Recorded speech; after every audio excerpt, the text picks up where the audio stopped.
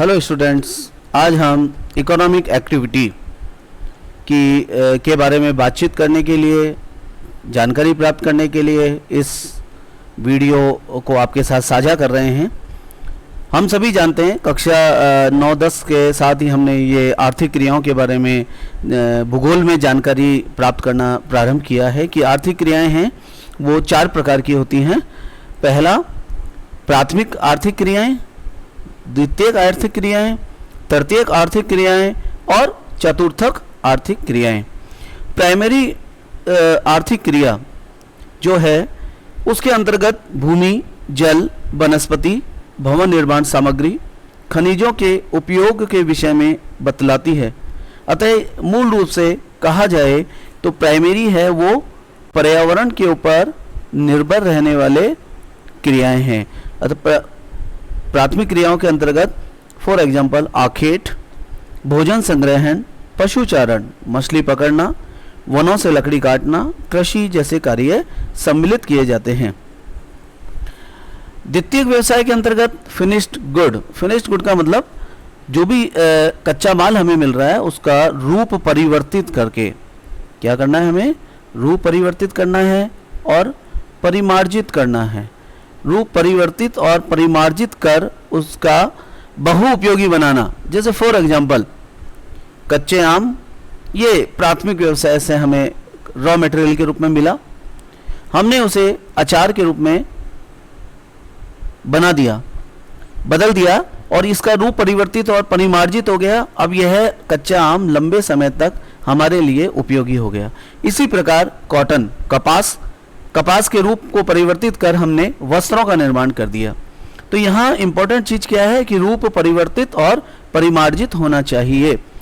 इसके अंतर्गत जो सेक्टर्स हैं वो है मैन्युफैक्चरिंग है, utility like electricity, gas, construction से संबंधित कार्य इसके अंतर्गत किए जाते हैं। तीसरा व्यवसाय का प्रकार है वो है सर्विस सेक्टर। तृतीयक व्यवसाय सेवा। इंपॉर्टेंट चीज यहां पर आएगी कि यहां पर उत्पादन कुछ भी नहीं हो रहा है, लेकिन उत्पादक के पास से वस्तु को उपभोक्ता तक पहुंचाने का जो कार्य है, ये जो बीच में काम कर रहे हैं वो कौन कर रहे हैं, सेवा कर रहे हैं। ये सेवा कौन कौन कर रहा है? सबसे पहले एक व्यापारी ने किसी माल के लिए बड़ी मैन्युफैक्चरिंग यूनिट से संपर्क किया, दूरभाष। जैसे फॉर एग्जांपल व्यापारी ने माल देने के लिए हाँ किया तो उसने कहा कि आप बैंक में पैसा डाल दीजिए, तो बैंक हमारे लिए सेवा दे रहा है। माल को लोड कराया, परिवहन हमें सेवा दे रहा है। परिवहन के बाद वो माल आकर हमारे पास तक पहुंच रहा है। इन सब के साथ साथ जो अन्य चीजें इसमें जुड़ी हैं वो रिटेल के रूप में हमारे पास आता है। तो यहाँ होलसेल से माल रिटेलर तक पहुंचने के लिए जिन जिन साधनों की, जिन जिन प्रोसेसेस की आवश्यकता पड़ी है वो सब सेवा के अंतर्गत शामिल किए जाते हैं। Communication, hospitality, real estates, information technology ऐसे फील्ड हैं जो तृतीयक व्यवसाय के अंतर्गत शामिल किए जाते हैं। चतुर्थ व्यवसाय ये क्या कर रहा है? जैसे एजुकेशन, शिक्षा चतुर्थ व्यवसाय के अंतर्गत शामिल की जाती है। पब्लिक सेक्टर्स के फील्ड हैं, हमारी सरकार है, पुलिस है, सेना है, रिसर्च एंड डेवलपमेंट, शोध है। क्योंकि जो द्वितीयक व्यवसाय और तृतीयक व्यवसाय की उन्नति के लिए काम करेंगे, जो प्लानिंग बनाने का काम करेंगे, वो सभी चतुर्थक व्यवसाय के अंतर्गत शामिल किए जाते हैं। अभी वर्तमान में इसको थोड़ा सा और संशोधित कर दिया गया है और इसे पंचम व्यवसाय के अंतर्गत एक और इसका सेक्टर हमने डेवलप किया है, वो है पंचम व्यवसाय। पंचम व्यवसाय के अंतर्गत क्या करते हैं हम? ये हाई लेवल इकोनॉमिक्स और सोशल डिसीजन मेकिंग प्रोसेस के लिए उत्तरदायी संस्थाएं हैं। ये लोग इस प्रकार की प्लानिंग्स बनाते हैं कि जिसका इम्पैक्ट द्वितीय, तृतीय और चतुर्थ तीनों व्यवसाय के ऊपर पड़ता है। फॉर एग्जांपल एक छोटा सा उदाहरण है कि 1970s में कॉलगेट जो हमारा टूथपेस्ट है, इसकी बिक्री कम हो गई। इसके ऊपर रिसर्च की गई कि भाई अचानक बिक्री कम क्यों हुई। तो ऊपर बैठे हुए लोग जो हाईली क्वालिफाइड हैं वो master in business administration MBAs हैं, या जनरल मैनेजर्स हैं, अपनी कंपनी के वाइस प्रेसिडेंट्स हैं, इस तरीके के उच्च व्यक्ति, उन्होंने वो इसके लिए डिसीजन लेते हैं। उन्होंने क्या रिसर्च किया कि कोलगेट का जो ट्यूब निकलने का जो छिद्र है, यदि उसको 1 मिलीमीटर बढ़ा दिया जाए, मात्र एक एक दो बाल के बराबर की मोटाई बढ़ा दी जाए, तो इसकी खपत ज़्यादा हो सकती है। अब आप देखिए कि इतनी छोटी चीज़, उसके बाद जब 1980s में कोलगेट की बिक्री में करीब करीब 20% का इजाफा हुआ। तो ये जो छोटे छोटे रूल्स एंड रेगुलेशन, छोटे डिसीजंस हैं, हमें लगता है 1 या 2 रुपए का क्या इम्पैक्ट पड़ने वाला है, 5 पैसे का क्या इम्पैक्ट पड़ने वाला है, इस तरीके के इकोनॉमिक संबंधी जो डिसीजंस लेने का काम करते हैं, वो आजकल पंचम व्यवसाय के अंतर्गत शामिल किए जाते हैं। तो I think it is clear कि रॉ मटेरियल हमें देंगे, रॉ मटेरियल से मैन्युफैक्चरिंग करेंगे, मैन्युफैक्चरिंग को हम उपभोक्ताओं तक पहुंचाएंगे, और इस सब काम के लिए हमें जो प्रशिक्षण देंगे वो चतुर्थ व्यवसाय है। और चतुर्थ व्यवसाय, तृतीय व्यवसाय और द्वितीय व्यवसाय के अंदर डिसीजंस, हाई लेवल इकोनॉमी और सोशल डिसीजंस का जो काम करेंगे, वो पंचम व्यवसाय के अंतर्गत शामिल किया जाएगा। अब हम हमारे मूल टॉपिक के ऊपर आ जाते हैं, वो है प्राथमिक व्यवसाय। जैसा कि मैंने पहले बताया कि एग्रीकल्चर, फिशिंग, माइनिंग, ये सब प्राइमरी उसके अंतर्गत शामिल की जाती है। दूसरी जो महत्वपूर्ण बात यहाँ पर है वो ये है हमारे पास कि केवल इन सब के अलावा जिन चीज़ों को हम इसमें शामिल कर रहे हैं प्राइमरी में, उन सेक्टर्स की अपनी कुछ खासियत भी है। जैसे हमारी पृथ्वी के प्रारंभिक दौर में जब व्यक्ति जीविकोपार्जन के लिए क्रिया करता था, वो पाठ से लेकर आज की जो क्रियाएं हम कर रहे हैं, उनमें से बहुत सारी क्रियाएं प्राथमिक व्यवसाय के अंतर्गत शामिल हैं। जैसे माइनिंग, चाहे वो कोल और आयरन की माइनिंग हो, या मिनरल्स हम निकाल रहे हैं, माइनिंग कर रहे हैं, एग्रीकल्चर कर रहे हैं जिसमें हम क्रॉप प्रोडक्शन कर रहे हैं, या पशुपालन कर रहे हैं, फॉरेस्ट्री हो और फिशिंग, इनमें से सभी सेक्टर्स को हम इसके अंतर्गत शामिल करते हैं। तो 1 बाय 1 हम एक एक सेक्टर के बारे में बातचीत करेंगे, और साथ में उससे संबंधित संसार में कहाँ प्रमुखता के साथ वो कार्य किया जा रहा है, उसके ऊपर भी चर्चा करेंगे। सबसे पहले हम जो प्राइमरी ऑक्यूपेशन यहाँ आपके सामने ले रहे हैं, वो है आखेट एवं भोजन संग्रहण। आप जैसा सभी जानते हैं, आखेट एवं भोजन संग्रहण वह आर्थिक क्रिया है जो मानव ने सबसे पहले प्रारंभ की थी। सबसे पहले प्रारंभ किया मानव सभ्यता के आरंभिक युग में। आदिमकालीन मानव अपने जीवन निर्वाह के लिए समीप के वातावरण पर निर्भर रहता था। जैसा कि हम जानते हैं, नदी घाटी क्षेत्र है या वन्य वो भाग जहाँ पर कंदमूल, फल और जल उपलब्ध हो, उन क्षेत्रों में मानव निवास किया करता था। और वो 2 ही काम करता था, एक काम था आखेट और दूसरा काम था उसका भोजन का संग्रहण करना, जिसके अंतर्गत वो खाने योग्य पौधों के जो कंदमूल फल है उनको एकत्रित करता था। आदिमकालीन समाज जंगली पशुओं पर निर्भर था। अतिशीत एवं अत्यधिक गर्म प्रदेशों में रहने वाले लोग आखेट द्वारा जीवन यापन करते थे। तकनीकी विकास के कारण कुछ स्थानों पर मत्स्य ग्रहण किया जाता था। तटवर्ती क्षेत्रों में अवैध शिकार के कारण जीवों की बहुत सारी प्रजातियां भी लुप्त हो जाती थी। उस समय उनके पास जो औजार मुख्यतः हुआ करते थे, वो पत्थर और लकड़ी के बने औजार और तीर का प्रयोग वो करते थे। इसलिए भोजन संग्रहण और आखेट है वो प्राचीनतम ज्ञात आर्थिक क्रियाओं के अंतर्गत शामिल की जाती है। भोजन संग्रहण विश्व के 2 भागों में प्रमुखता के साथ किया जाता है। आज भी कुछ क्षेत्रों में इसके कुछ आदिवासी जनजातियां हैं, उनके साथ इसको देखने को मिलता है। जैसे फॉर एग्जांपल उच्च अक्षांश के क्षेत्र, जिसके अंतर्गत हमारा उत्तरी कनाडा का भाग आएगा, ग्रीनलैंड आएगा, जहां पर हम सभी जानते हैं एस्किमो जनजाति निवास करती है। उसके बाद उत्तरी यूरेशिया का भाग आएगा, इसके साथ दक्षिणी चिली का ये भाग है, ये आदिम प्रजातियां आज भी यहाँ निवास करती है। इसके अलावा अमेजन बेसिन का कुछ भाग जहाँ आदिम जनजातियां निवास कर रही हैं, उष्णकटिबंधीय अफ्रीका के कुछ भाग जहाँ आदिवासी जनजातियां निवास करती हैं, ऑस्ट्रेलिया का मरुस्थल और उसके आसपास का भाग, एवं दक्षिण पूर्वी एशिया के कुछ भाग जहाँ पर आज भी आखेट और भोजन संग्रहण प्रमुखता के साथ किया जाता है। आधुनिक समय में भोजन संग्रहण के कार्यों में का व्यापारीकरण हो गया है। हम सभी जानते हैं कि आज शहरी क्षेत्रों में कीमती पौधों की पत्तियों, छाल और औषधीय पौधों का संशोधित करके बाजार में बेचने का चलन बढ़ गया है। परिणाम स्वरूप अब पौधे के विभिन्न जो भाग है हमें आदिवासियों के द्वारा उपलब्ध कराए जाते हैं और हम उनको आधुनिक समाज से जो वस्तुएं हैं वो उपलब्ध कराते हैं। उदाहरण के तौर पर जैसे वृक्ष की छाल का उपयोग कुनैन के रूप में, या चमड़ा तैयार करने और कॉर्क के लिए कुछ वृक्षों का उपयोग, पत्तियों का उपयोग है वो मेडिसिनल यूज के लिए किया जाता है, मसालों के रूप में किया जाता है, पेय पदार्थ के रूप में कहवा और कॉफ़ी जैसे वस्तुएं हैं, शहद का प्रयोग हम दवाइयों के रूप में भी करते हैं, या रेशे, बहुत सारे रेशे हैं उनका उपयोग कपड़े बनाने में किया जाता है।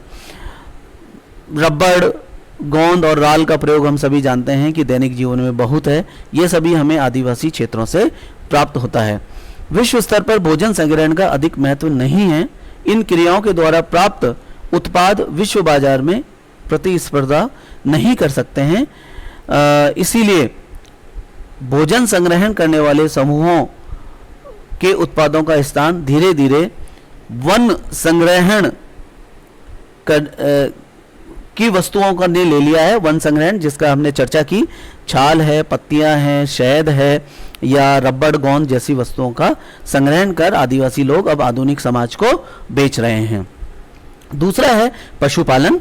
केवल आखेट से जीवन का भरण पोषण करना अत्यधिक जटिल है, इसलिए मानव ने कुछ और वैकल्पिक तरीकों का भी प्रयोग किया, जिसमें से एक है पशुपालन।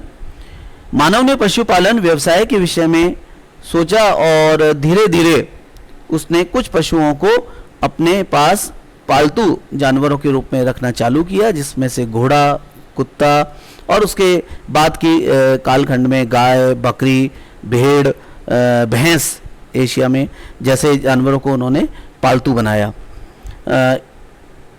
भौगोलिक कारकों एवं तकनीक के विकास के आधार पर वर्तमान समय में पशुपालक व्यवसाय दो प्रकार का हो गया है। एक है निर्वहन, जिसके अंतर्गत केवल जीविकोपार्जन के लिए पशुपालन किया जाता है, जैसे हम मारवाड़ी को देखते हैं, मारवाड़ीज है ना, या हम गद्दी, गुज्जर, भोटिया जो हमारे कश्मीर, हिमाचल प्रदेश में पशुपालक जनजातियां हैं, उनको हम देखते हैं। ये निर्वहन प्रकार का है, जिसे हम टेक्निकल लैंग्वेज में चलवासी पशुचारण के नाम से जानते हैं। और दूसरा है व्यापारिक। व्यापारिक पशुपालन नाम से क्लियर हो रहा है, इसमें तकनीकी का प्रयोग किया जाएगा, उत्पाद जो होंगे उनका एक निश्चित बाजार होगा, पशु है वो एक निश्चित प्रकार के या एक ही प्रकार के पशुओं का पालन होगा, उनकी किस्म के ऊपर काम किया जाएगा। जबकि चलवासी के अंदर बहुत सारी चीज़ें टेक्निकल नहीं है, तकनीकी रूप से कम होंगी या आधुनिकीकरण उसमें नहीं है।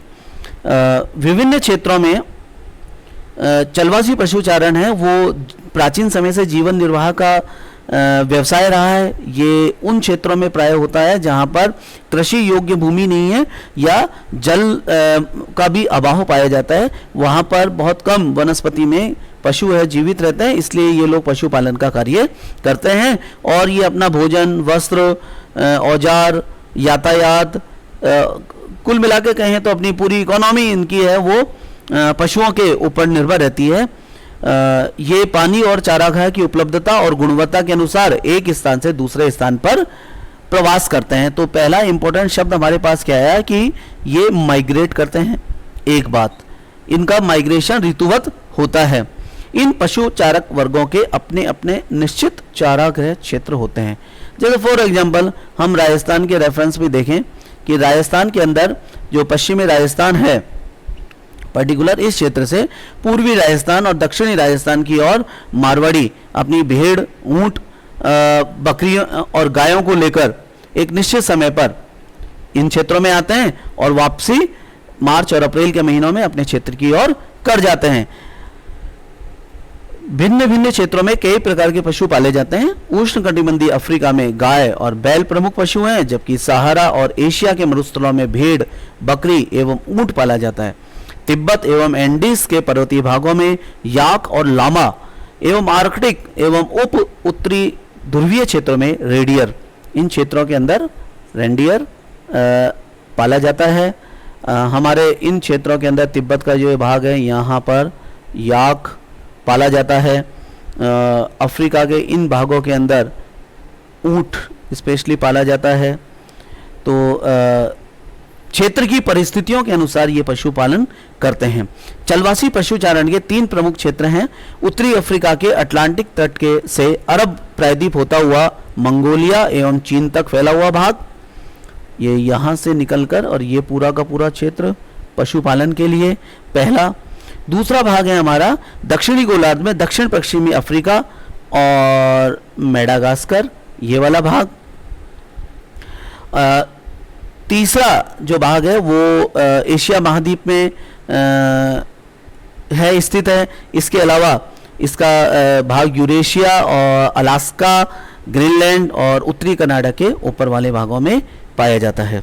नए चारागाहों की खोज में पशुचारकों को माइग्रेट करने की आदत हो जाती है। ये पशुचारक समतल भाग एवं पर्वतीय क्षेत्रों में लंबी दूरियां तय करते हैं। गर्मियों में मैदानी भाग से पर्वतीय चारागाह की ओर और शीतकाल में पर्वतीय भाग से मैदानी क्षेत्रों की ओर प्रवास करते हैं। इनकी इन गतिविधियों को ऋतु प्रवास, इस प्रवास का क्या नाम है, इसको हम ऋतु प्रवास के नाम से जानते हैं, क्योंकि ये सीजनल है, ऋतुवत इनके अंदर परिवर्तन होता है। भारत में हिमालय के पर्वतीय क्षेत्रों में गुज्जर, बकरवाल, जैसे भारत का हम एग्जांपल लें तो गुज्जर है, बकरवाल है, ये भोटिया है, ये वो जनजातियां हैं जो पहाड़ी क्षेत्रों में मैदान से पहाड़ और पहाड़ से मैदान में सीजनल माइग्रेट करते हैं। इसी प्रकार टुंड्रा प्रदेश में ग्रीष्म काल में दक्षिण से उत्तर की ओर एवं शीत में उत्तर से दक्षिण की ओर चलवासी पशुचारकों का पशुओं के साथ प्रवास होता है।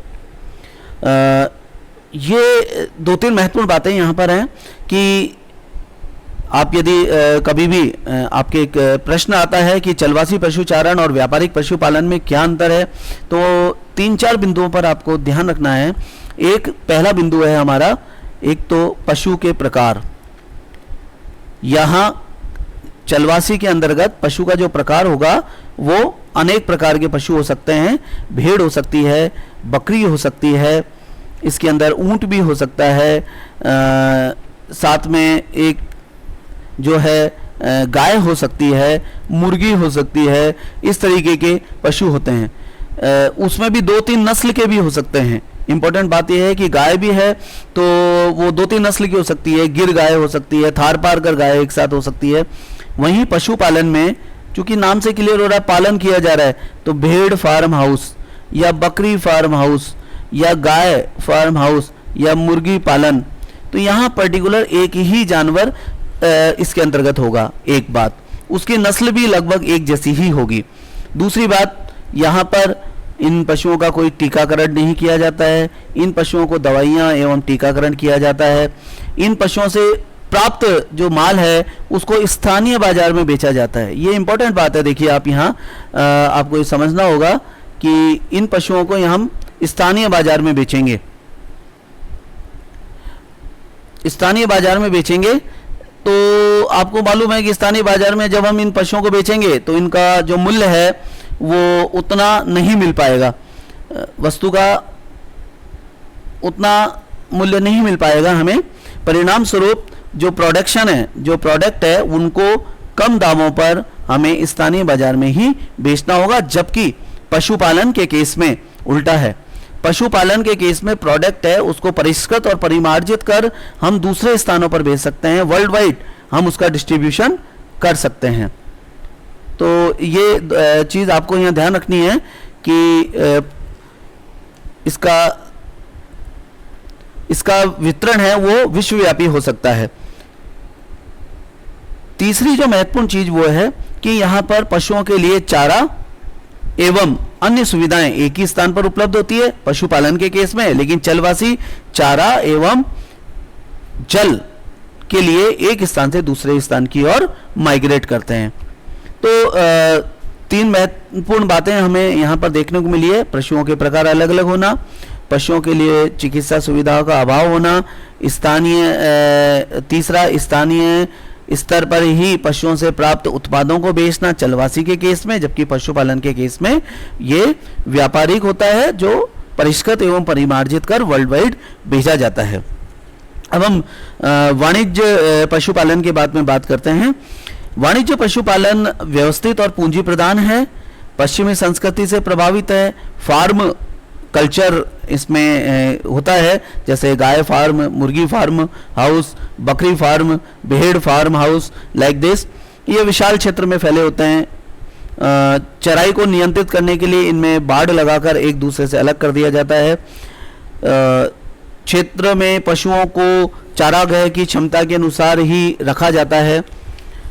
विशिष्ट गतिविधि के ही पशु पाले जाते हैं, जैसे मांस के लिए, दूध के लिए, लाइक दिस, ऊन के लिए, खाल के लिए, और बहुत ही वैज्ञानिक ढंग से इनका पालन किया जाता है। इनसे प्राप्त पदार्थों को डिब्बाबंद कर विश्व के बाजारों में निर्यात कर दिया जाता है।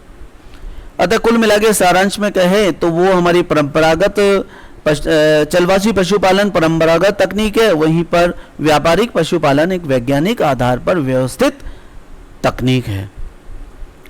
इनमें मुख्य दो तीन चीजें और हैं, जैसे प्रजनन, जननिक सुधार, बीमारियों पर नियंत्रण और पशुओं के स्वास्थ्य के लिए टीकाकरण। ये बड़े महत्वपूर्ण बिंदु हैं जो व्यापारिक पशुपालन में को महत्व देते हैं।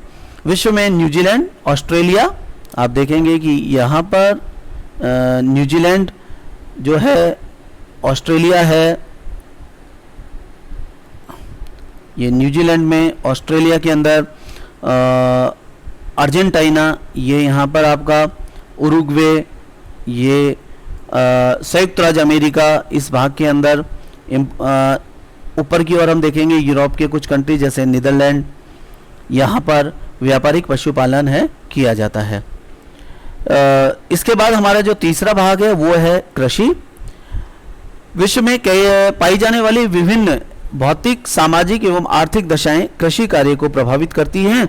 इसी प्रभाव के कारण विभिन्न कृषि प्रणालियां देखी जाती हैं। कृषि विभिन्न प्रकार की फसलों का बोया जाना तथा पशुपालन विभिन्न कृषि विधियों पर आधारित होता है। मुख्य जो प्रणालियां हैं उनमें पहला है हमारा निर्वहन कृषि।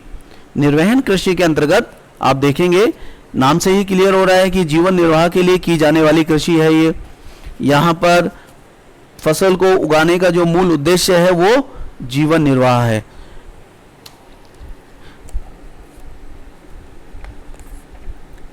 निर्वहन कृषि को पुनः हम दो भागों में बांट रहे हैं, एक है आदिकालीन निर्वहन कृषि और दूसरा है गहन निर्वहन कृषि। इसके लिए हम एक नए पेज पे क्लासिफिकेशन ले लेते हैं कि हमारा जो निर्वहन कृषि है ये दो प्रकार की हो गई। वन इज आदिकालीन और दूसरा है गहन निर्वहन कृषि। ठीक है, आदिकालीन कृषि को दूसरा नाम हम दे सकते हैं स्थानांतरणशील कृषि। बचपन से हम जब से हम भूगोल पढ़ना चालू किया हमने स्थानांतरणशील कृषि के बारे में बातचीत करते रहे और नाम से ही क्लियर हो रहा है, स्थान को बदलकर की जाने वाली कृषि उष्णकटिबंधीय क्षेत्रों में यह की जाती है। आदिम जाति के लोग यह कृषि करते हैं। इसका क्षेत्र अफ्रीका, दक्षिण एवं मध्य अमेरिका का उष्णकटिबंधीय भाग एवं दक्षिणी पूर्वी एशिया है। इन क्षेत्रों की वनस्पति को अब स्थानांतरणशील कृषि का एक और नाम है, क्या नाम है? जूमिंग कृषि। हम और एक और नाम है slash and burn agriculture. Slash और बर्न एग्रीकल्चर का मतलब काटो और जलाओ कृषि। अब काटो और जलाओ कृषि का मतलब हो गया वन क्षेत्र है, इसको काटो, काटने के बाद जो बचा हुआ खरपतवार है या दूसरी चीजें हैं उनको जला डालो, भूमि को साफ करो, फिर उसको जुताई करो उसकी, और फिर बीज डाल दो, और फिर जलवायुगत उससे जो भी मिलेगा, जैसे वर्षा मिलेगी, तापमान मिलेगा या अन्य के प्रभाव के बाद फसल पैदा होगी, उसको काट लो, और उसके बाद 1 से 3 वर्ष तक वहाँ पर हम कृषि करेंगे, और उसके बाद उस स्थान को छोड़ दो और अन्य स्थान पर ही पुनः सेम प्रोसेस करो। इसे हम कहते हैं स्थानांतरशील कृषि। अब कुछ महत्वपूर्ण बातें इसके बारे में हम कर लेते हैं फटाफट। एक है खेतों का आकार छोटा होगा, हम सभी जानते हैं, क्योंकि स्थानांतरशील कृषि है तो निश्चित रूप से क्या हुआ, स्थानांतरशील कृषि होने के कारण मुख्य रूप से क्या होगा कि खेतों का आकार छोटा होगा। तो खेत कैसे होंगे, यहां पर छोटे होंगे। औजार कैसे होंगे, औजार भी बहुत ही परंपरागत होंगे।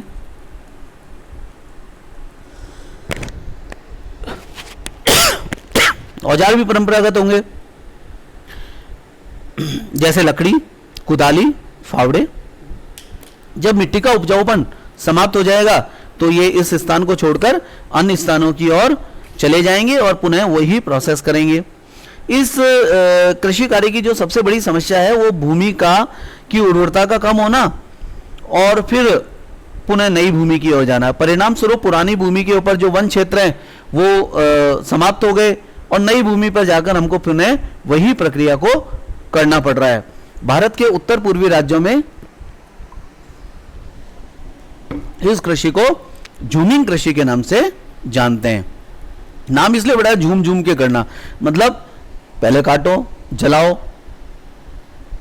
खेती करो, फिर चले जाओ, काटो, जलाओ, खेती करो, फिर चले जाओ। तो इसलिए नाम सुनने में ऐसा लग रहा है जैसे झूम झूम के कृषि करते हैं। इसके अलावा मध्य अमेरिका और मैक्सिको में इसको मिल्पा के नाम से जानते हैं। इंडोनेशिया में और मलेशिया में इसको लदांग के नाम से जाना जाता है। आप सभी ऐसे अन्य क्षेत्रों का पता लगाइए और एक लिस्ट बना लीजिए। उस लिस्ट में आप बनाइएगा देश का नाम और वहां पर स्थानांतरण जो कृषि है हमारी उसको किस नाम से जाना जाता है। ये आपका एक असाइनमेंट हो जाएगा। इंपॉर्टेंट बात यह है कि बहुत सारे कंपटीशन एग्जाम जो हैं उनमें स्थानांतरणशील कृषि को लेकर प्राय प्रश्न आते रहते हैं। तो इसलिए एक पेज में 25 से 30 प्रकार के इनके नाम हैं, उनको आप बनाइए और मेरे YouTube वीडियो पे साथ में साझा करें कमेंट बॉक्स में कि किस देश में इस स्थानांतरणशील कृषि को किस नाम से जाना जाता है। आप सभी को यदि आप ऐसा करेंगे तो जल्दी से आपको इनके नाम भी याद हो जाएंगे और आपकी नॉलेज में भी इजाफा होगा। दूसरा है गहन निर्वहन कृषि। इस प्रकार की कृषि मानसून एशिया के घने बसे देशों में की जाती है। यह पुनः 2 प्रकार की हो गई। गहन कृषि पुनः 2 भागों में बांटेंगे। पहली गहन कृषि हो गई हमारी चावल प्रधान और दूसरी गहन कृषि हो गई हमारी गेहूं प्रधान। चावल प्रधान गहन कृषि है, ये जनसंख्या घनत्व जहां अधिक होता है वहां खेतों का आकार छोटा होने के कारण किया जाता है। और लगभग इंपॉर्टेंट बात क्या है कि कृषि में संपूर्ण परिवार निर्भर रहता है, संपूर्ण परिवार कृषि कार्य को करता है। भूमि का गहन उपयोग होता है, मतलब हर एक क्षेत्र में जो खेत है हमारा उस खेत के हर एक भाग में हम कृषि कार्य करते हैं। ये इसकी महत्वपूर्ण बात है, इसलिए इसका नाम पड़ा है गहन। और यंत्रों की अपेक्षा मानव श्रम का अधिक उपयोग होता है क्योंकि खेतों का आकार छोटा है। उर्वरता बनाए रखने के लिए हम पशुओं का गोबर का खाद और हरी खाद का प्रयोग करते हैं। कहने का मतलब ये भी परंपरागत तरीके से जो उपलब्ध है संसाधन हम उनका प्रयोग कर रहे हैं। यहाँ जो महत्वपूर्ण बात क्या है ये आपको ध्यान से सुनना है कि प्रति इकाई आप नोट करें उत्पादन अधिक किंतु प्रति श्रमिक उत्पादन कम मिलता है। ये बहुत ही महत्वपूर्ण लाइन है आपकी, ये ध्यान रखिए। ये टेक्निकली आप इसको पढ़िए और समझिए, इसको नोट कीजिए आप अपनी कॉपी में। क्यों? क्योंकि प्रति इकाई उत्पादन अधिक इसलिए होता है कि खेती के प्रत्येक भाग के ऊपर मानवीय श्रम का प्रयोग किया जाता है। परिणाम स्वरूप हम खरपतवार हटा देते हैं, कमजोर पौधों को हटा देते हैं, पौधों को सीधा और रहने का मौका मिलता है, पौधों की देखभाल की जाती है, परिणाम स्वरूप उनका उत्पादन अधिक देता है। किंतु इस कार्य में चूंकि पूरा परिवार लगा रहता है, अतः उसमें प्रत्येक व्यक्ति के हिसाब से यदि हम उत्पादन को बांटेंगे तो उसको वहां पर कम रेशियो में मिलेगा। उदाहरण के लिए मान लीजिए एक खेत के अंदर 500 किलो अनाज पैदा हुआ और इस कार्य को करने में 8 लोगों ने भूमिका निभाई, तो आप डिवाइड करके रेशियो निकाल सकते हैं कि लगभग 62 किलो अनाज प्रति व्यक्ति मिला है। वहीं पर सेम आकार के खेत में यदि हम व्यापारिक कृषि की बात करें तो आप लगा लीजिए लगभग 400 किलो अनाज पैदा होगा, लेकिन वहां काम करने वाले लोगों की संख्या 3 होगी मैक्सिमम, तो वहां पर आपको लगभग मिल रहा है 133 किलो अनाज है एक आदमी को मिल रहा है।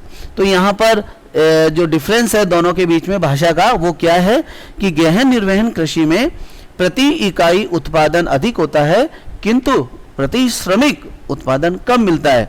अब इसका उल्टा कीजिए, व्यापारिक कृषि के केस में, व्यापारिक कृषि में प्रति इकाई उत्पादन कम किंतु प्रति श्रमिक उत्पादन क्या होगा? अधिक हो जाएगा। ये महत्वपूर्ण बात है। ज्यादातर ये जो प्रश्न है ये तुलनात्मक आते हैं, कंपैरेटिव आते हैं, इसलिए आप बड़ी गंभीरता से इसका अध्ययन करें। चावल रहित गहन निर्वहन कृषि, जिसमें मानसून एशिया के अनेक भागों में उच्चावच जलवायु, मृदा तथा अन्य भौगोलिक कारकों की भिन्नता के कारण धान की फसल उगाना प्राय संभव नहीं है। उत्तरी चीन, मंचूरिया, उत्तरी कोरिया, उत्तरी जापान में गेहूं, सोयाबीन, जौ एवं सोरगम बोया जाता है। भारत में सिंधु गंगा के मैदान के पश्चिमी भाग में गेहूं और दक्षिण व पश्चिमी शुष्क प्रदेश में मोटा अनाज, ज्वार, बाजरा प्रमुखता से उगाया जाता है। इस कृषि की अधिकतर विशेषताएं वही हैं जो चावल प्रदान की है, केवल क्या है कि इसमें सिंचाई की जाती है। तीसरा भाग है हमारा, एक और नया पेपर ले लेते हैं हम, रोपण कृषि। अब रोपण कृषि के बारे में नाम से क्लियर हो रहा है, रोपा जा रहा है। देखिए बहुत सारी चीज़ें हमारे नाम से भी क्लियर होती है, लेकिन एक बात ध्यान रखें कि हमें जो भाषा का प्रयोग करना है वो टेक्निकल होना चाहिए। ऐसा नहीं कि आप अपनी सामान्य जो भाषा काम में लेते हैं हिंदी, वो ना लें, भौगोलिक शब्दावली का प्रयोग करें। यूरोपीय लोगों ने विश्व के अनेक भागों का उपनिवेशीकरण किया, उपनिवेश बनाए उन्होंने, और एशिया और अफ्रीका में मुख्यतः उन्होंने व्यापारिक उद्देश्य के साथ कुछ फसलों को जो वहां पर परंपरागत रूप से नहीं होती थी, किंतु उन्होंने वहां पर आदिवासी लोगों को और स्थानीय लोगों को उसके लिए मजबूर किया और उनको रोपित कराया, जैसे चाय, कॉफी, कोको, रबड़, कपास, गन्ना, केला, आपने सुना ना नील की खेती कराते थे, अनानास, जैसे ये सभी रोपित कृषि के कुछ उपज हैं जो मैंने आपके सामने लिखा है। इस कृषि की प्रमुख विशेषता यह है कि इसमें कृषि क्षेत्र का आकार विस्तृत होता है, पूंजी का निवेश किया जाता है, प्रबंधन किया जाता है, तकनीकी दक्षता का प्रयोग किया जाता है, वैज्ञानिक विधियों का हम प्रयोग करते हैं। चूंकि हम जमीन के अंदर लाकर पौधे को रोप रहे हैं, तो आप समझ जाइए कि रोपने के साथ ही हमको उसके लिए ये सब काम करने होंगे। क्या करने होंगे? पौधा लाएंगे तो पूंजी निवेश करना होगा, उसका प्रबंधन करना होगा, तकनीकी कि जल्दी पौधा बड़ा हो जाए, रोग ना लगे, इसका प्रयोग करना होगा, वैज्ञानिक विधियों के साथ हम प्रयोग करेंगे। और प्राय ये कृषि जो है वो कैसी होगी? एक फसल वाली होगी। ये एक फसल कृषि होगी। एक फसल मतलब चाय का बागान, जैसे उदाहरण के लिए क्या शब्द हम यूज कर रहे हैं, चाय का बागान, लाइक दिस। सस्ते श्रमिक इसके लिए चाहिए हैं, यातायात का विकास होना चाहिए, बाजार और बागान, इंपॉर्टेंट बात क्या है हमारा, बागान और बाजार दोनों परिवहन के साधनों के साथ जुड़े हुए होने चाहिए। ये इसकी महत्वपूर्ण बात है। जैसे कुछ उपनिवेश काल के हम उदाहरण ले लेते हैं। जैसे फ्रांसीसी लोगों ने पश्चिम अफ्रीका में कॉफ़ी और कोका के पौधे लगाए थे। ब्रिटेन वासियों ने भारत और श्रीलंका में चाय के बागान, मलेशिया में रबड़ के बागान, पश्चिमी द्वीप समूह में गन्ना और केले के बागान लगाए। स्पेन और अमेरिकी वासियों ने नारियल और गन्ने के बागान लगाए। इंडोनेशिया में हॉलैंड वालों ने गन्ने की खेती की। ब्राज़ील में कॉफ़ी के बागान लगाए, जिसे हम फेजेंडा के नाम से जानते हैं। ये सब बागान रोपित किए गए हैं जो यूरोप वासियों के नियंत्रण में हैं ब्राज़ील में। अधिकांश जो बागान है इनका स्वामित्व सरकार या पर्टिकुलर कुछ व्यापारी या नागरिकों के पास है। अगला जो हमारा टॉपिक है वो है विस्तृत वाणिज्य अनाज कृषि। जैसे हमने गहन निर्वहन कृषि में बात की, गहन निर्वहन कृषि में जो अनाज उत्पन्न किया जाता है उसमें से अधिकांश जो अनाज है वो पारिवारिक ज़रूरतों को पूरा करता है। उसके बाद कुछ अनाज है वो बाजार में बेच दिया जाता है, जिससे भी पारिवारिक ज़रूरतों के अन्य सामान हम खरीदते हैं। लेकिन वाणिज्य अनाज कृषि का उद्देश्य अलग है। नाम से क्लियर हो रहा है, आप विचार कीजिए। वाणिज्य का मतलब व्यापार के लिए अनाज पैदा कर रहे हैं, अर्थात यहाँ उद्देश्य संपूर्ण माल को एक उपज की भांति बाजार में बेचना है। तो जैसा हमने गहन निर्वहन कृषि के बारे में पढ़ा था, आप वाणिज्य कृषि के बारे में भी समझ ही गए होंगे कि जो गहन निर्वहन कृषि में था जस्ट उसका विपरीत इसमें होगा। जैसे उसमें खेतों का आकार छोटा होना, इसमें खेतों का आकार बड़ा होना। उसके अंदर होगा वैज्ञानिक पद्धतियों का बहुत कम उपयोग या नहीं के बराबर, यहाँ वैज्ञानिक पद्धतियों का उपयोग होना। वहाँ हरी खाद और पशुओं की खाद का प्रयोग होता है, जबकि यहाँ पर रासायनिक खादों का प्रयोग किया जाएगा। और सबसे महत्वपूर्ण बात जो हमने नोट की है पहले, क्या कि प्रति इकाई उत्पादन अधिक होता है गहन में, यहाँ प्रति इकाई उत्पादन कम होता है। बट यहाँ पर इंपॉर्टेंट चीज क्या आ रही है कि प्रति श्रमिक है उत्पादन अधिक मिल रहा है। यह खेती प्राय मध्य अक्षांश के आंतरिक अर्ध शुष्क प्रदेशों में इस प्रकार की खेती की जाती है। मुख्यतः गेहूं फसल है, अन्य फसलों में मक्का, जौ, राई और जई बोई जाती है। इस कृषि में खेतों का आकार बहुत बड़ा होता है। खेत जोतने से फसल काटने तक सभी कार्य कृषि यंत्रों के साथ किया जाता है। इस प्रकार की कृषि का क्षेत्र एक बार आप देखें कि यूरेशिया के स्टेपीज नक्शे में हम इसको देखने की कोशिश करते हैं कि इस प्रकार के जो क्षेत्र हैं वो कहाँ पर हैं। आप को एक कार्य दिया जा रहा है, ये कौन कौन से मैदानी क्षेत्र हैं जहाँ पर इस प्रकार की खेती की जाती है। तो आप देखेंगे कि इसके अंतर्गत हमने जिन क्षेत्रों को शामिल किया है वो ज़्यादातर घास के मैदान हैं। ये भी हमारा रह गया है। ये घास के मैदान जैसे for example prairies, pampas, velds, downs, Canterbury और स्टेपीज, ये वो घास के मैदान हैं। देखिए घास के मैदान भी बहुत इंपॉर्टेंट है परीक्षा की दृष्टि से, एग्जाम की दृष्टि से आपको घास के मैदान के बारे में भी पूर्ण जानकारी होनी चाहिए। तो इस वीडियो के बाद आप एक मानचित्र मेरे साथ शेयर करें जिसके अंतर्गत विश्व के घास के मैदान और उनका क्षेत्र कौन कौन सा है, उनके नाम कौन कौन से हैं, वो आप बताइएगा। ये क्षेत्र मैंने आपके सामने डिनोट कर दिए हैं। इन क्षेत्रों में व्यापारिक कृषि की जाती है। अब नेक्स्ट जो कृषि है हमारे सामने वो है मिश्रित कृषि। अब आप बताइए मिश्रित का मतलब मिक्स्ड, मिक्स हो गया ना। मिक्स कैसे होगा? ऊपर वाली जितनी भी कृषि है उसमें से इंपॉर्टेंट जो कृषि है हमारे सामने गहन कृषि का में दो प्रकार के उत्पाद हो गए। एक है प्राथमिक उत्पाद और दूसरा द्वितीयक उत्पाद। प्राथमिक उत्पाद के अंतर्गत अनाज है हमारे पास, द्वितीयक उत्पाद के अंदर उसका जैसे फॉर एग्जांपल भूसा है। अब हम क्या कर रहे हैं, इस भूसे के ऊपर प्रत्येक खेत मालिक है या किसान है वो पशु को पाल लेता है, ओके, ताकि पारिवारिक जरूरतों के लिए पशु से प्राप्त पदार्थों का उपयोग कर सके और सेकेंडरी प्रोडक्ट जो भूसा है वो पशु इस्तेमाल कर सके। साथ में जायद की फसल के दौरान या खेत के एक छोटे से भाग में कुछ हरा चारा वो साथ में उगा लेता है। क्लियर? यहां पर पशु गौण है, इंपॉर्टेंट बात क्या है, यहां पर पशु गौण है, इस शब्द को आप गौर कीजिएगा। अब मैं मिश्रित कृषि के ऊपर आ जाता हूं। यह कृषि भी वैसी ही है, यहां भी अनाज पैदा हो रहा है, यहां भी पशु पाला जा रहा है। क्लियर? अब अंतर क्या है? अब अंतर यह है कि इस प्रकार की कृषि ये तो हो रही है उन क्षेत्रों में जो परंपरागत कृषि कहते हैं, ये खेती उन क्षेत्रों में हो रही है जहां पर विकसित खेती की जाती है। संसार की सबसे विकसित कृषि है मिश्रित कृषि। यह है उत्तर पश्चिमी यूरोप, उत्तरी अमेरिका का पूर्वी भाग, यूरेशिया के भाग और दक्षिण महाद्वीपों के समशीतोष्ण अक्षांश वाले भागों में इसका विस्तार है। खेतों का आकार मध्यम होता है। फसलें हम बोल रहे हैं गेहूं, जौ, राई, जई, मक्का, चारे की फसल, कंदमूल, फल।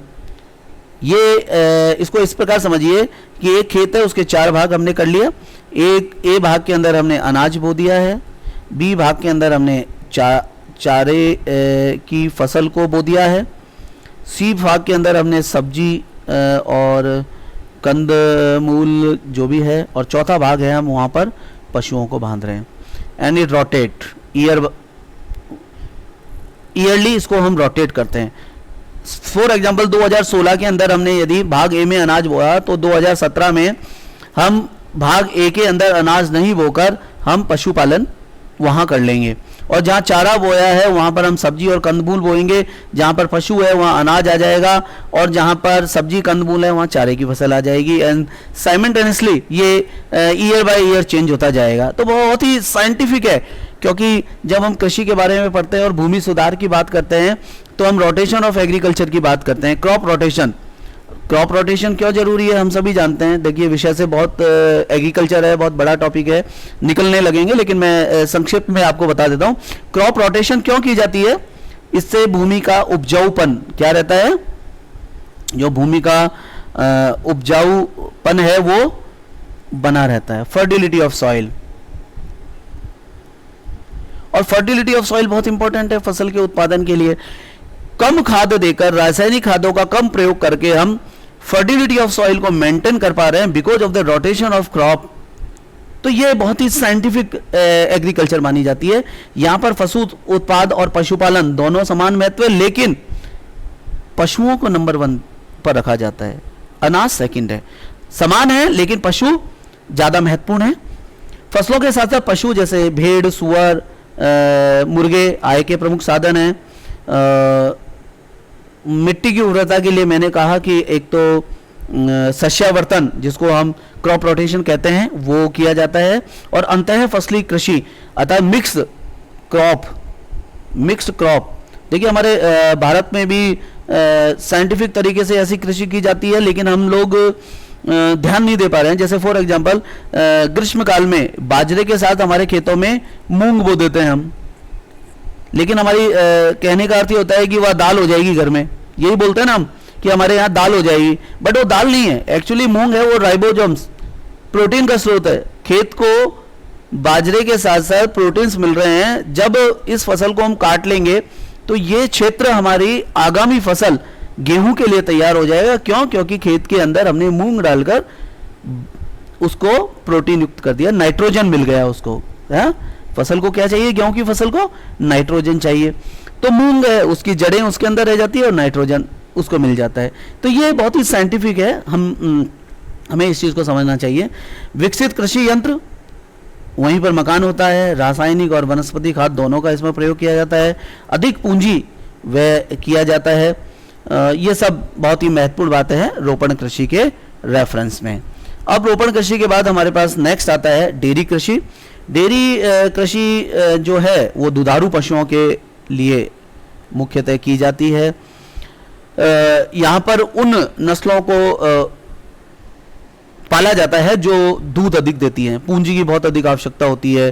पूरा एक उद्योग की तरह हमें पशुओं के लिए रहने के लिए, उनकी चिकित्सा सुविधा के लिए, मशीनों की आवश्यकता है, धन की आवश्यकता है, दूध के संग्रहण के लिए कोल्ड स्टोरेज की आवश्यकता होती है। तो कुल मिला के काफ़ी पैसा इसमें चाहिए पशुओं को चराने के लिए, दूध निकालने के लिए, और वर्ष भर उनकी साफ सफाई, क्षेत्र की साफ सफाई आदि के लिए श्रम की आवश्यकता पड़ी रहती है।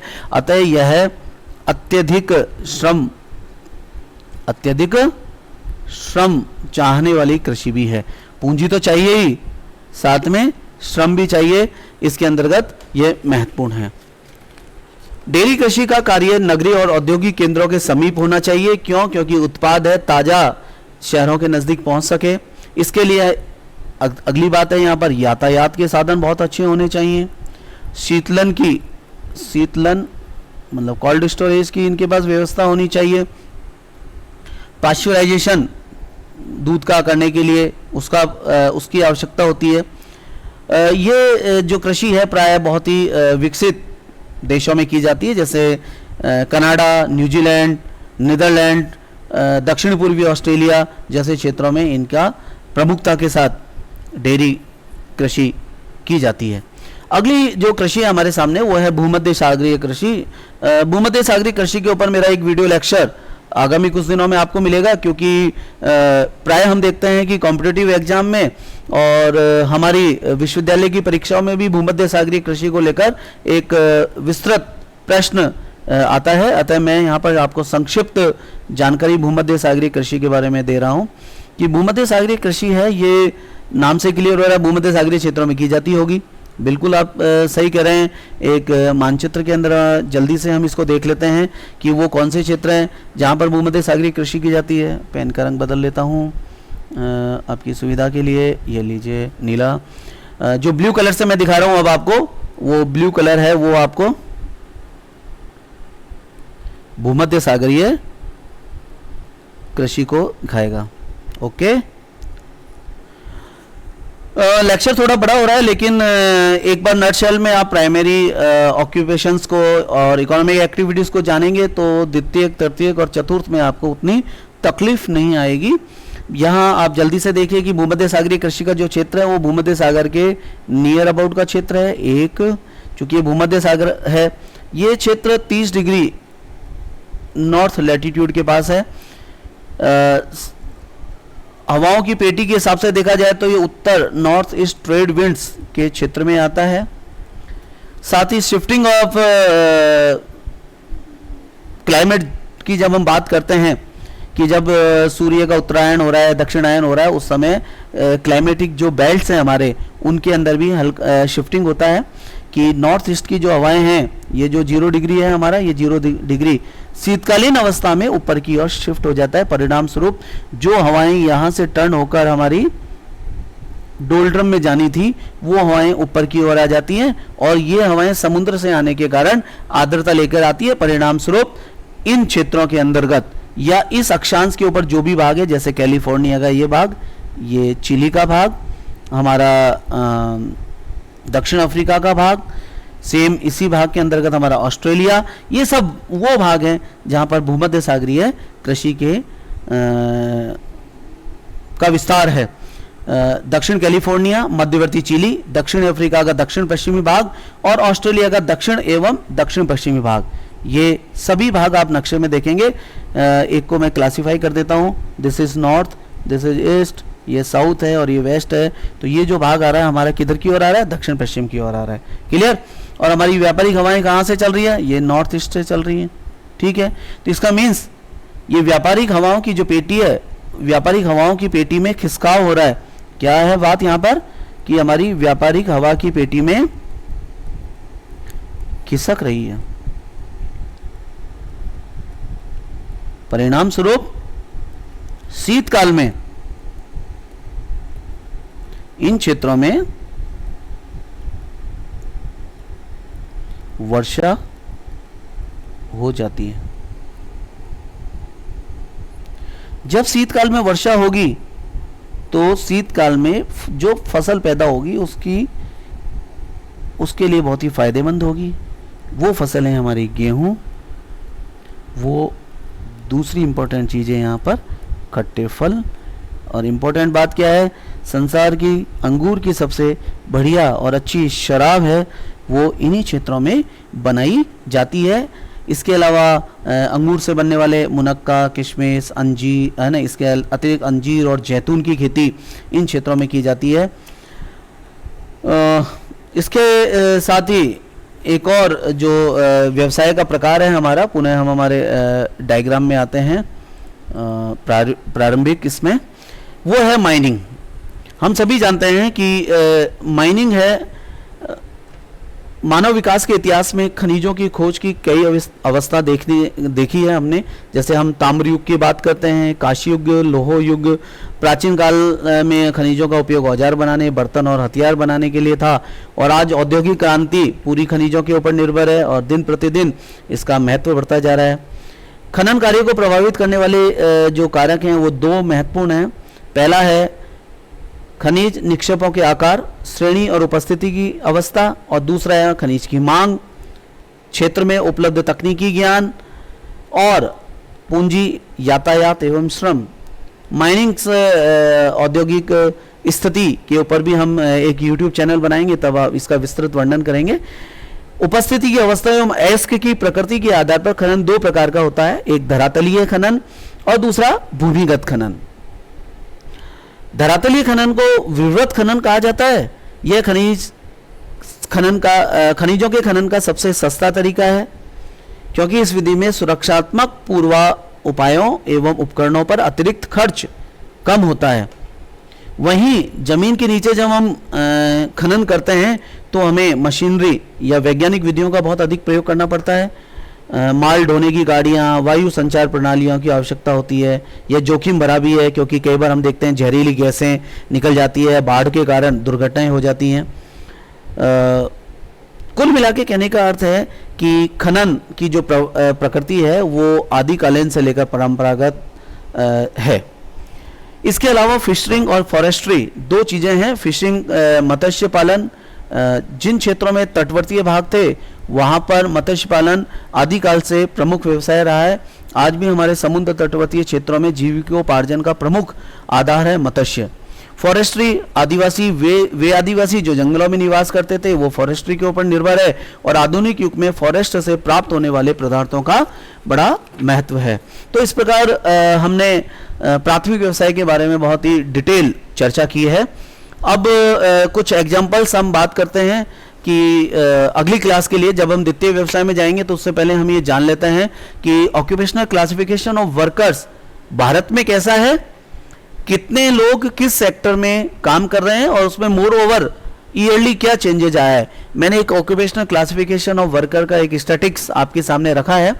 1901 से लेकर 2000 तक के आंकड़े मैंने यहाँ लिए हैं, और आप देख रहे हैं कि लगभग, आप गौर कीजिएगा कि 1901 से 1971 तक का जो एरिया है हमारा वो प्राथमिक व्यवसाय के अंतर्गत, जिसमें एग्रीकल्चर, कृषि और अलाइड जो एक्टिविटीज है उसमें मोर देन 72% पॉपुलेशन काम कर रही है। क्लियर? वहीं पर आप गौर करेंगे कि हमारे यहाँ औद्योगिकरण आया 1980s के आसपास, और औद्योगिकरण के साथ साथ जैसे ही नगरीय संस्कृति का विकास हुआ वैसे ही कृषि क्षेत्रों के ऊपर से दबाव कम होने लगा है और लोग नगरों की ओर जाने लगे। परिणाम स्वरूप 1990 टू 2000 के बीच में 56% लोग, 56% लोग ही रह गए हैं, और 2011 और इसके आंकड़ों को यदि देखेंगे तो लगभग 47% लोग एग्रीकल्चर में जुड़े हुए हैं। इकोनॉमी का बड़ा पार्ट है, लेकिन अब धीरे धीरे अन्य सेक्टर्स की ओर लोग जा रहे हैं। जैसे आप देख रहे हैं कि यहाँ पर सेकेंडरी सेक्टर जो था, माइनिंग है, मैन्युफैक्चरिंग है, कंस्ट्रक्शन है, गैस, इलेक्ट्रिक और वाटर सप्लाई है, इसमें 12% से इजाफा बढ़ते बढ़ते 17%, और अब करीब 24% लोग इन क्षेत्रों की ओर प्रस्थान कर गए हैं।